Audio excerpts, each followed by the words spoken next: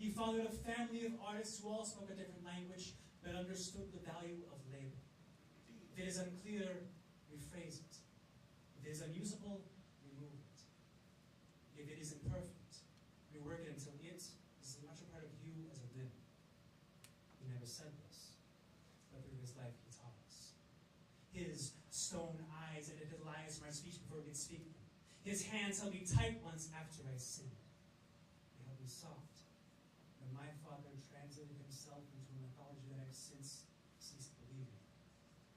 His hands were the tools by which he spoke through his silence. He carved and crafted rifles the way Stradivarius made violins, and the first recoil was a symphony compressed into a split second. He brought wood to life as though generations of forests were to make the right rain, the right feel, worthy of his palate. He did not build airplanes.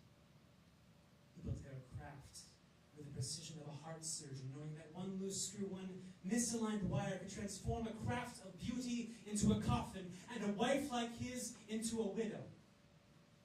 He made no widows except his own. He is sometimes the machine moving.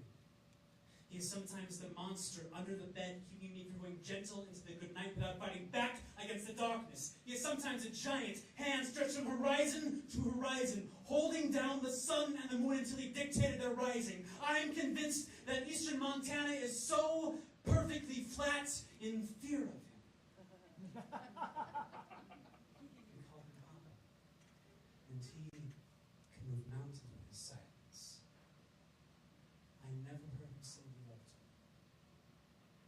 Not in words.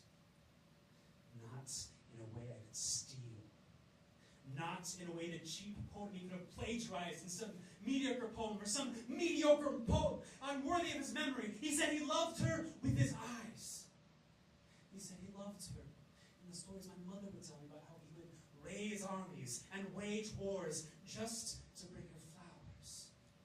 He said he loved her in telling me about driving across New York and Pennsylvania every weekend for 2 years just to see her for 2 hours between classes and curfews. He said he loved her by the way he played waltzing Matilda on harmonica the last time I saw him, like he was asking me to dance again for the very first time. He said he loved her in showing us how a good man